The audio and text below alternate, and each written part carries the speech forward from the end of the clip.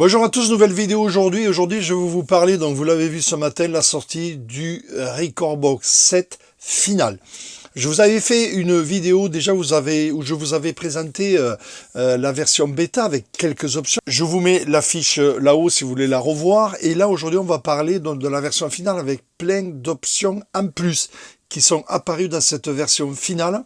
Quoi de nouveau sur ce Rekordbox 7? Ben en fait, il consomme moins de puissance, il est beaucoup plus rapide. Une nouvelle analyse qui vient d'arriver, encore mieux. Une analyse plus rapide aussi, un export plus rapide. Donc voilà, pour ceux qui ont des ordinateurs qui sont vraiment limites, avec cette version 7, ça devrait aller mieux. Au niveau graphique aussi, ils ont rajouté des trucs qui n'étaient pas sur la version bêta, où on voit les decks qui sont vraiment sombres, et dès qu'on met un morceau, ça c'est clair. Enfin, vous allez voir, plein de nouveautés graphiques.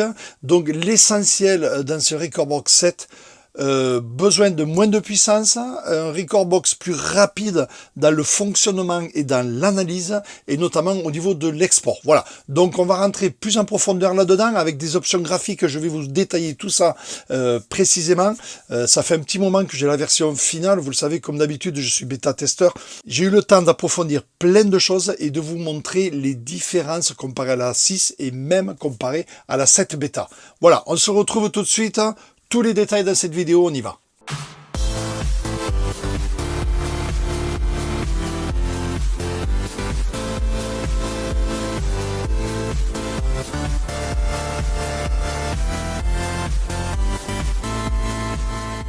Nous voilà donc avec le nouveau Rekordbox 7, la version finale donc qui est sortie en public pour tout le monde. Hein. Ce n'est pas la version bêta dont je vous avais parlé la dernière fois. Je vous avais fait voir quelques nouveautés et là ils ont rajouté encore des trucs sur cette version 7 finale et on va voir ça tout de suite. Déjà, première différence au niveau graphique, comme vous pouvez le voir, hein, vous voyez que les decks sont vraiment sombres et effectivement, dès qu'on charge, ça passe en couleur. Donc, c'est pas mal. C'est vraiment beaucoup plus clair que ce que c'était avant. On voit de suite si une deck est chargée ou pas. Et bien sûr, donc, comme j'avais dit dans la version bêta, les decks sont plus petites, mais on voit ici que le cercle est plus petit aussi comparé à la version 6. Voilà, donc c'est vraiment pas mal. Hein, bon, on va s'y habituer. Franchement, ça me dérange pas trop. À ce niveau-là. Vous voyez ici, notamment au niveau du mode export. Voilà, pareil au niveau du mode export, si je vais ici, regardez, lorsque je veux exporter ou quoi, je coche, vous voyez, ça passe en foncé, alors que avant ça passait, voilà, c'était moins évident de voir la différence au niveau graphique. Il y a quand même quelques petites nouveautés assez intéressantes. On reste toujours sur le graphique et je vous rappelle, j'en avais parlé aussi dans la bêta, mais on l'a toujours, vous voyez, cette barre par côté, vous voyez, vous avez vos playlists, vous préparez vos playlists, vous voulez faire l'export, pas besoin d'aller en bas, hein, vous allez ici et vous êtes directement dans votre clé USB pour l'export. Voilà, c'est un raccourci vraiment très pratique. Autre chose que l'on peut voir aussi au niveau graphiquement, mais plus précisément au niveau des abonnements. Vous voyez, j'ai désactivé mon album Creative exprès pour vous faire voir que, vous voyez, ici, vous avez des filtres qui sont bloqués. Vous voyez, notamment ici, vous avez la colonne View qui n'est pas accessible. Voilà, donc bien sûr, si vous activez vos abonnements, ça va activer tout ça. Mais pour ceux qui n'ont pas d'abonnement, ne vous inquiétez pas, le fait de brancher votre contrôleur. Regardez, je branche mon Opus Quad, je suis en mode performance, ça marche aussi en mode export. Voilà, vous allez voir en bas, il va reconnaître mon Opus Quad. Voilà, l'Opus Quad est connecté et vous pouvez voir qu'ici, j'ai accès à tous mes filtres. Comme vous le voyez là, je n'ai plus de cadenas. Voilà, j'ai mes filtres qui apparaissent. Si je vais au niveau des playlists, la colonne View fonctionne aussi. Voilà. Alors, bien sûr, vous avez au niveau des autocues, vous le savez, j'en ai parlé dans la bêta, où vous avez, bien sûr, l'analyse du vocal ne fonctionne pas. Hein. Là, on le sait, il faut un abonnement Creative minimum. Et l'analyse des cues en auto aussi ne fonctionne pas, il faut un abonnement. Mais déjà, vous voyez, vous inquiétez pas, au niveau ici des filtres, hein, ça fonctionne. Regardez, je redébranche mon Opus Quad. Voilà, là je viens de le débrancher et vous allez voir les cadenas qui vont réapparaître. Voilà. Maintenant, en mode export, pareil, si vous travaillez en mode export, que vous voulez vous servir des filtres, il n'y a aucun problème. Je rebranche mon Opus Quad qui est branché en USB-C, USB-C. Voilà, vous allez le voir. Là, je suis bien en mode export et vous avez vu, ça y est, il l'a pris en compte. Et vous pouvez voir que les cadenas ont disparu, donc ne vous inquiétez pas là-dessus, la colonne view est bien là aussi. En mode export, on retrouve bien, ça débloque bien beaucoup de filtres et d'options. Regardez, je redébranche mon Opus Quad qui est branché en mode export. Voilà, je débranche, vous voyez, c'est parti, en bas c'est parti, ici, et vous allez voir les cadenas qui vont réapparaître au bout d'un petit moment. Voilà, donc rien de bien grave, vous branchez vos contrôleurs, pensez-y, vous retrouvez toutes ces options. De même, comme vous pouvez le voir, le Dual Player aussi se débloque comme ici les filtres, hein, pareil. Lorsque je suis connecté donc en mode export, le Dual Player que vous voyez là se débloque. Maintenant, si je débranche, regardez, j'ai débranché mon Opus Quad, vous allez voir que le Dual Player lui aussi va se bloquer. Donc à partir du moment où vous vous branchez, ne vous inquiétez pas, vous voyez, le Dual Player se bloque aussi. Mais à partir du moment où vous branchez vos contrôleurs, beaucoup d'options vont se débloquer, ne vous inquiétez pas. Et on peut voir maintenant des nouveaux icônes ici à gauche, comme vous le voyez. Vous voyez, ici, j'ai donc mes anciennes icônes avec le trait rouge, le trait vert et le trait bleu. Donc ça veut dire que le mode phrase est analysé, ça veut dire que le vocal est analysé. Et là, on a une étoile en plus. Cette étoile en plus, c'est une analyse que fait Recordbox en plus. Regardez, je mets le morceau sur la deck et vous allez voir un peu la waveform qui va scintiller. Hop, vous voyez, ça scintille. Et à partir de là, j'ai ma flèche, j'ai mon étoile qui est apparue. Regardez. Hop, regardez ici à gauche. Voilà, ça a scintillé, vous avez vu. Voilà. Donc, il y a une nouvelle analyse. Vous pouvez, pareil, sélectionner tous les morceaux. Clic droit. Ajouter de nouvelles données d'analyse. Voilà. C'est très, très, très rapide, comme vous pouvez le voir. Voilà. Ils ont amélioré l'analyse BPM et grid. Voilà. Donc, à partir de là, où vous avez les étoiles qui sont mises, c'est que ça a été refait.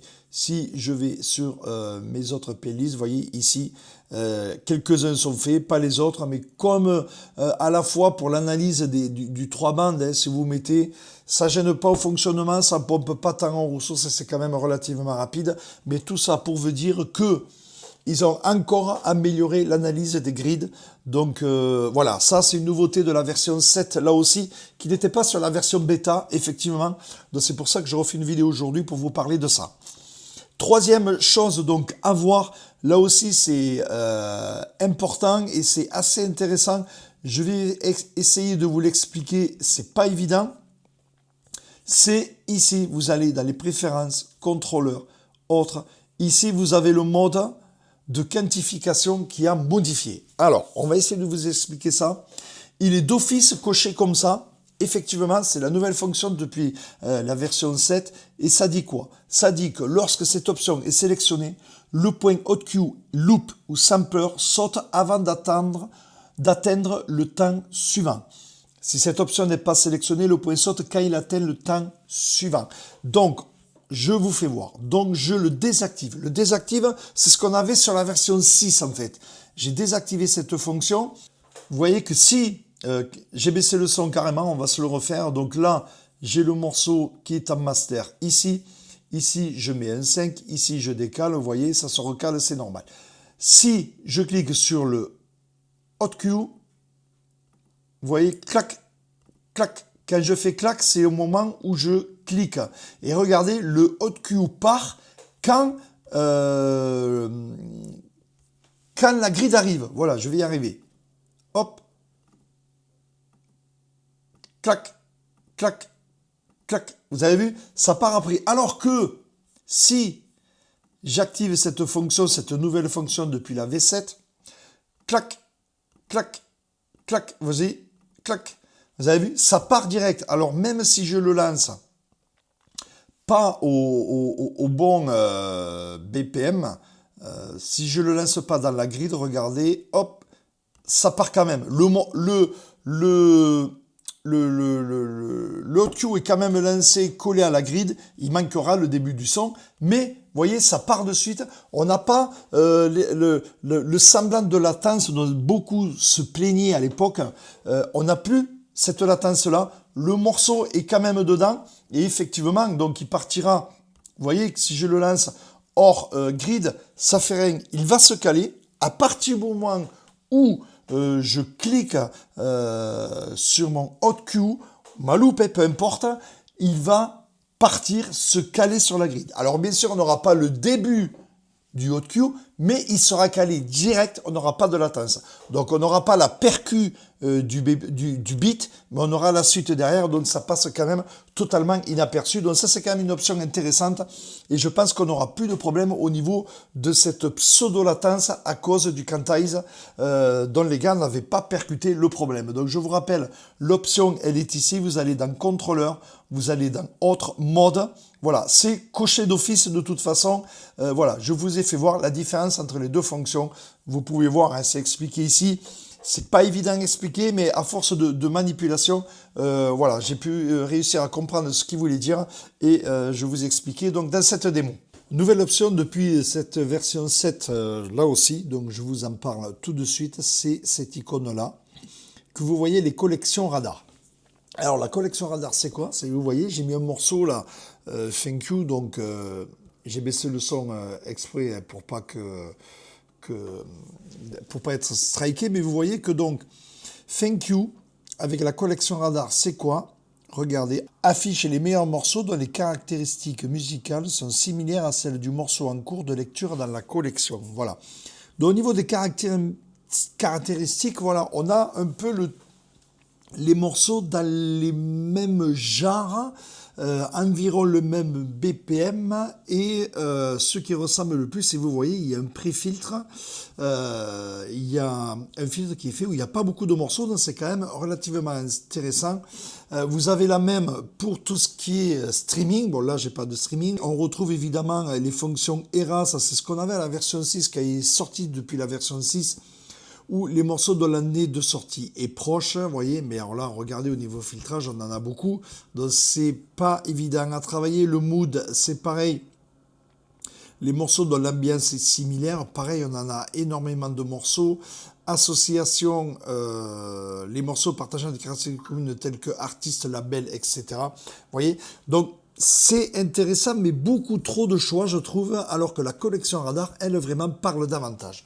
Voilà, donc cette collection radar est effectivement très intéressante depuis la version 7, et je vais vous donner une astuce, c'est qu'on la retrouve ici à droite. Et l'avantage de ici, c'est qu'ici, on peut choisir, comme pour les morceaux associés, effectuer dans la liste de lecture sélectionnée. Je m'explique. Je vais donc ici, j'ai mon morceau qui ici est en master, donc thank you comme vous le voyez.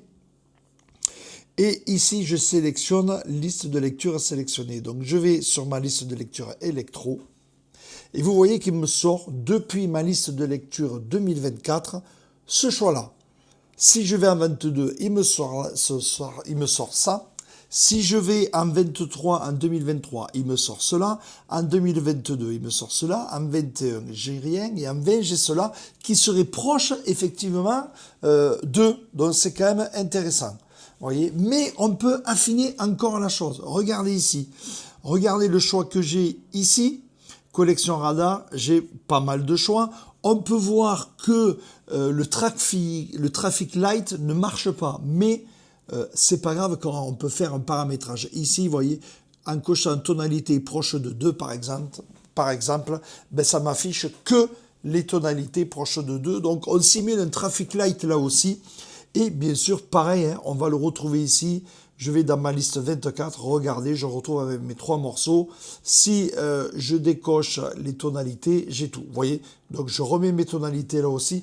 Et vous voyez que l'avantage d'ici, c'est par playlist. Je peux vraiment filtrer beaucoup. Bon là, vous voyez, par tonalité proche de 2, j'ai rien. Si j'enlève ma tonalité proche de 2, hop, voilà, je retrouve. Vous voyez?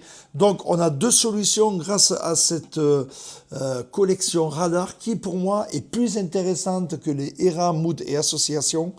On a la même sur le streaming. Bon, moi, je n'ai pas de streaming, mais c'est pareil. Donc, c'est quand même très intéressant, je trouve, hein, sans parler, bien sûr, des associations, hein, suivant nos paramétrages. Je vous rappelle, hein, j'ai fait une vidéo là-dessus, je vous la mettrai en fiche. Hein, mais ça, c'est nouveau depuis la V7. La collection radar est quand même assez intéressante. N'oubliez pas, on n'a pas de traffic light. Si vous voulez le régler, ben, vous cochez ici. Vous avez aussi du vocal ou du BPM, mais pareil. Mais pour moi, le plus intéressant, ça peut être éventuellement le traffic light.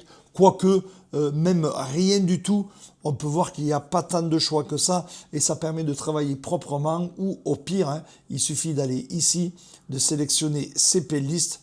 Et là, on filtre encore mieux. Voilà, une autre option depuis cette version V7 qu'il fallait que je vous explique. Je vous reparle évidemment de cette option-là aussi qui apparaît depuis la V7. J'en avais parlé très rapidement sur la première vidéo lorsque la V7 bêta était sortie, la colonne view. Il faut avoir soit un abonnement, soit le contrôleur branché. Hein. Ça s'active à partir du moment où vous avez le contrôleur branché ou à l'aide d'un abonnement. Vous voyez, moi j'ai le Creative. Mais voilà, la colonne view, en fait, ça sert à quoi? Si vous voyez, vous avez une playlist normale, mais il n'y a rien qui s'affiche. Par contre, dès que vous mettez un dossier de playlist à l'intérieur, vous voyez, ça c'est mes historiques, voilà, où je retrouve, voilà, c'est quand même beaucoup plus pratique que de venir ici, dans mon historique ici, et vous voyez, j'ai le reste après derrière, mais je perds tout ce qu'il y a dans il faut que je descende pour retrouver la suite. Là, je suis là. J'ai mon historique qui s'affiche là et j'ai la suite dans la foulée. Donc c'est quand même beaucoup plus intéressant. Voilà, c'est juste un petit rappel, hein, parce que sur la version bêta, ça y était déjà. Et là, c'est très important, je vais vous expliquer le pourquoi, c'est au niveau des stems. Regardez bien, si je veux activer les stems, donc vous voyez, je suis dans mes préférences extensions, Enable les stems. Regardez qu'est-ce qui se passe. Pas de données stem engine. Voulez-vous les télécharger? Ça veut dire quoi? Ça veut dire, ça fait 139 mégas. Ça veut dire qu'au jour d'aujourd'hui, depuis cette version 7, le moteur engine est séparé du Recordbox. Un peu comme on avait la base de données des lights, du lighting, vous savez, où il y avait des mises à jour régulières. L'avantage de ça, il est où? C'est que on pourra avoir des mises à jour plus souvent, plus régulièrement du moteur de stem en dehors des mises à jour de Recordbox. Donc ça veut dire plein de choses. Ça veut dire, que Recordbox fait sous-traiter tout ça, ça on le savait un petit peu. Ça veut dire qu'il y aura des mises à jour régulières avec des améliorations. Voilà, donc vous voyez, au premier démarrage, lorsque vous voulez activer les stems, il demande de télécharger le moteur des stems. Si vous faites non, ben, les stems ne démarrent pas. Autre truc qu'il faut que je vous fasse voir, c'est si vous n'êtes pas connecté, voyez, là j'ai coupé mon Wi-Fi, si je veux activer, regardez, là je suis en train de cliquer dessus, ça ne marche pas. Donc attention, hein, si vraiment vous avez rien qui s'affiche, c'est parce que vous n'êtes pas connecté. C'est normal, au premier démarrage, il va télécharger le moteur de stem. Une fois que ça sera fait, même non connecté, ça marchera. Je vais vous faire la démonstration. Donc on va se reconnecter. Voilà, là je suis donc reconnecté. Je réouvre ma fenêtre des préférences. Je clique sur Stem. Là, bien sûr, il me dit, voulez-vous télécharger? Je vais faire oui. Donc, à partir de là, je suis en train de télécharger le moteur de Stem. Je vais vous faire voir où c'est qui se met. Si jamais vous voulez l'enlever, vous en servez pas. Vous pourrez l'enlever. Vous pouvez aussi le laisser 139, 140 mégas. Ici, vous voyez, il y a marqué 146, mais bon. Ça prend pas énormément de place avec les disques que l'on a aujourd'hui, mais bon. Voilà, là vous voyez, le moteur est démarré. Je désactive le moteur. Recordbox est démarré, donc il a déjà chargé. Je ferme Recordbox. Je réouvre Recordbox, on se retrouve de suite et vous allez voir que même non connecté, on pourra démarrer le moteur. Je ferme le Recordbox. Voilà, mon Recordbox est fermé et comme vous le voyez ici, donc le moteur, il est ici. Ce dossier apparaît. Qu'est-ce qu'il y a à l'intérieur? Si on regarde, bien, on voit Donc toutes les variables, le moteur, et le moteur, on sait maintenant que c'est Splitter qui fait ça. Donc vous irez voir sur internet, Splitter travaille aussi avec Virtual DJ. Ne travaille pas avec Serato, mais travaille avec Virtual DJ. Virtual DJ, meilleur stem que Serato, je trouve. Donc on espère vraiment qu'on pourra améliorer tout ça au même niveau que Virtual DJ, car il est vraiment très propre. Mais vous voyez, on a un moteur de stem qui est quand même très très bien, et à partir de là, on va pouvoir l'améliorer puisqu'on est en train de le télécharger aujourd'hui. Donc je réouvre Recordbox. Voilà, mon Recordbox 7 est en train de s'ouvrir. Je me déconnecte d'Internet. Voilà, comme vous pouvez le voir, je suis déconnecté du Wi-Fi. Et vous allez voir que si là, je veux activer les stems, ils sont chargés, donc bien sûr, je peux les activer. Voilà, le moteur a été chargé, il est sur mon disque dur et vous pouvez le voir, c'est activé. Donc, je répète, pour la première activation des stems, il faut être connecté. Donc je sais, on dit régulièrement de se déconnecter du Wi-Fi, d'enlever les pare-feux, ceci, cela. Bon, personnellement, sur mon Mac, je suis pas embêté, mais bon, voilà. Si vous êtes en Presta, que vous n'avez pas de connexion, que vous démarrez pour la première fois Recordbox 7 et que vous voulez démarrer les stems, j'espère que vous n'en êtes pas là, que vous faites bien les tests avant d'attaquer vos prestats. Voilà, donc il faut être connecté. Voilà, ça c'est un rappel important qu'il faut dire.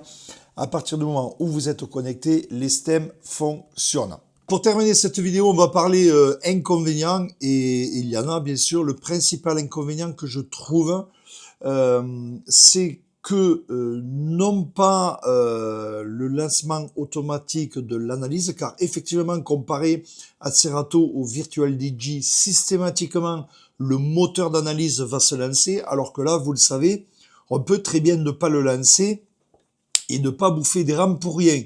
Regardez, lorsque je le lance, ça se passe ici. Donc, le problème... Regardez, lorsque je le lance, ça se passe ici. Le problème, il est là, c'est que quand je lance le moteur, il me demande de vider les decks. Ça, c'est vrai que c'est un gros problème. Si on oublie de le lancer au démarrage, qu'on ait déjà commencé la soirée, on risque d'être embêté. Donc, c'est un bien pour un mal. On est donc obligé de vider les decks pour changer le moteur. Bon, ça, à la rigueur, je veux bien, mais ce qui aurait été bien, c'est que, vous voyez, dès que je mets un morceau, l'analyse démarre. Et ça... forcément c'est moins bien, parce que ça fait chauffer l'ordinateur pour rien, ça fait travailler le processeur pour rien, et s'il faut, j'aurais vraiment pas besoin des stems sur ce morceau là.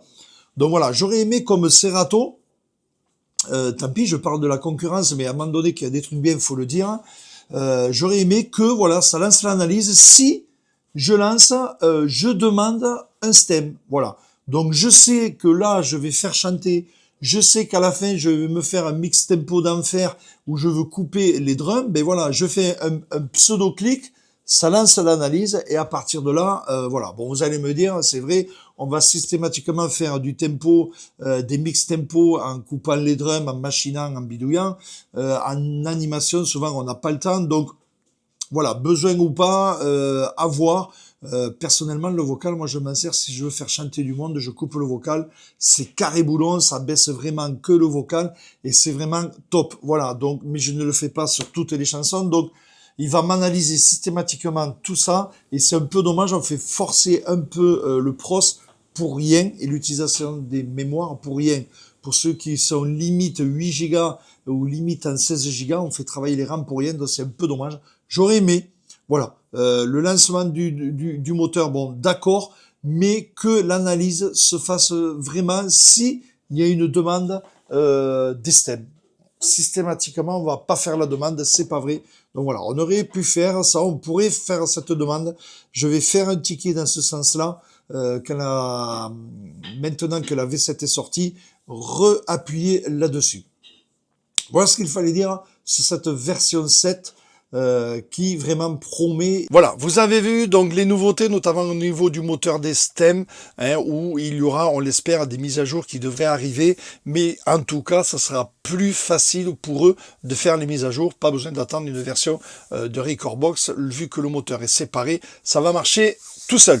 Voilà ce qu'il fallait dire dans cette vidéo. Recordbox V7, c'est sorti aujourd'hui. Vous pouvez y aller. Compatible, bien sûr, avec la base de données de la V6. Mais si vous avez la V5, vous pouvez switcher de la V5 à la V7. Il va faire la transformation, ça passera. Voilà, donc j'essaierai d'approfondir encore, voir ce logiciel. Mais je pense que j'ai dit l'essentiel. À vous de le découvrir, à vous de vous éclater. On se retrouve très bientôt, merci.